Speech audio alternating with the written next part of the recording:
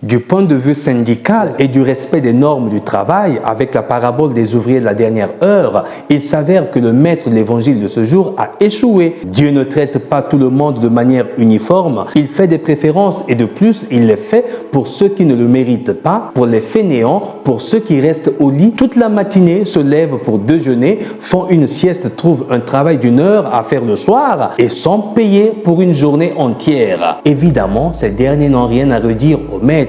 Ils prennent leur salaire et rentrent chez eux heureux. Ils ont compris eux aussi qu'il est un maître injuste, mais comme cela leur convient, ils se taisent en poche et rentrent chez eux heureux. Un peu moins heureux sont les autres qui, vu la bonté du maître, avaient peut-être le droit de s'attendre à plus. Au contraire, ils ont reçu le même salaire, ils ont été déçus, ils ne le disent cependant pas au maître, mais murmurent contre lui et comme réponse, ils entendent dire à l'un d'entre eux « Mon ami, je ne te lèse en rien, je ne suis pas injuste envers toi. N'est-ce pas d'un denier que nous sommes convenus? Prends ce qui te revient et va-t'en. Il me plaît de donner à ce dernier venu autant qu'à toi. N'ai-je pas le droit de disposer de mes biens comme il me plaît? Ou faut-il que tu sois jaloux parce que je suis bon? Le problème alors, ce n'est pas l'injustice du maître, mais la colère et l'envie, la jalousie que les ouvriers de la première heure nourrissent à l'égard de ceux de la dernière heure. Le problème, pourrions-nous dire, n'est pas un Dieu injuste parce qu'il ne l'est pas, mais un Dieu bon qui, en plus d'être juste avec celui qui,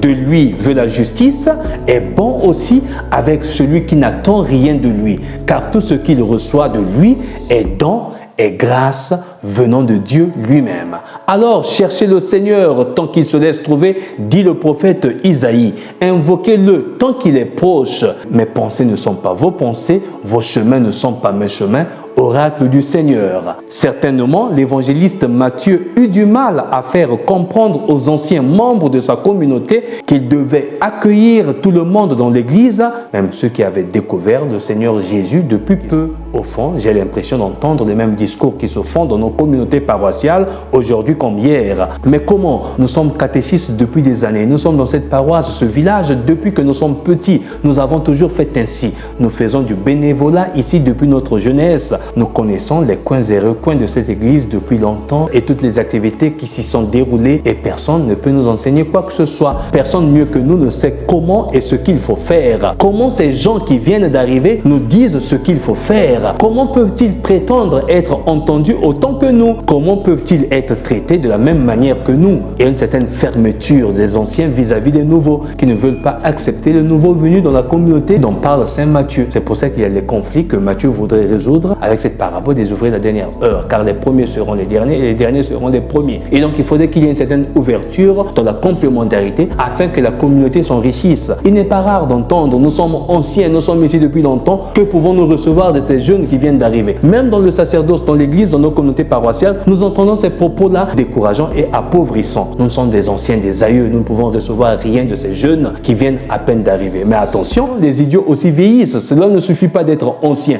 d'être vieux, avoir des cheveux blancs, avoir de la barbe pour dire que je suis en mesure, pour dire que je suis capable, pour dire que j'ai de la sagesse et j'ai de l'expérience pour diriger la communauté, pour donner un bel exemple. Parce que les idiots aussi vieillissent. Comme le dit un proverbe africain, les cheveux blancs ne déterminent pas la sagesse d'un homme. On peut avoir la barbe et les cheveux blancs, mais n'avoir plus rien à apporter à la communauté pour la faire croître et la faire vivre, la faire évoluer. Et donc il faudrait qu'il y ait complémentarité entre les vieux et les jeunes, entre les anciens et les nouveaux venus pour consolider l'amour dans la communauté et faire croître la communauté. Une des causes d'appauvrissement de nos communautés, c'est évidemment cette concurrence, cet esprit de rivalité, cet esprit de rébellion, cet esprit de fermeture qui ne laisse pas la porte ouverte aux nouveaux venus. Et l'église aussi se ferme comme nos pays et nos villages se ferment et s'appauvrissent. Il est normal que nous soyons mieux pris en compte que ceux-ci, disent souvent les anciens qui s'agrippent sur certaines choses et ne veulent pas accueillir la nouveauté. Pire encore, il y a des murmures qui remettent en question la grâce de Dieu et la gratuité de son amour dans la vie des autres, souvent déconsidérés. Quand par exemple, nous prétendons que Dieu nous traite avec plus d'égard que d'autres,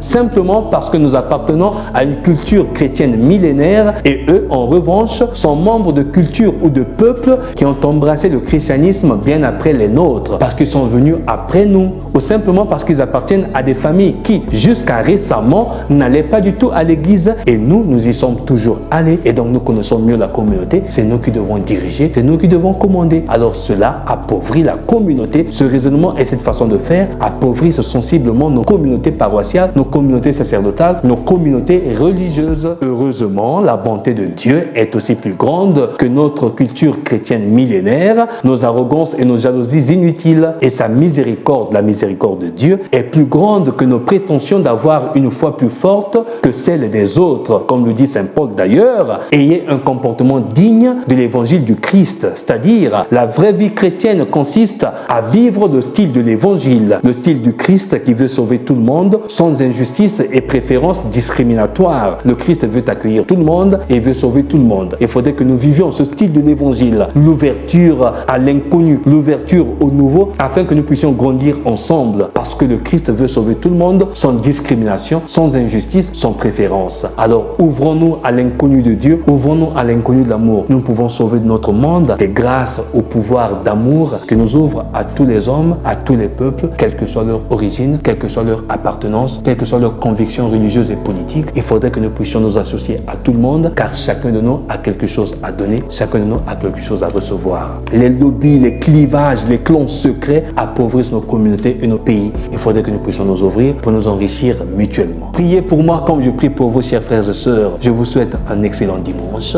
Abbé Stephen Yanin Kodia, serviteur inutile.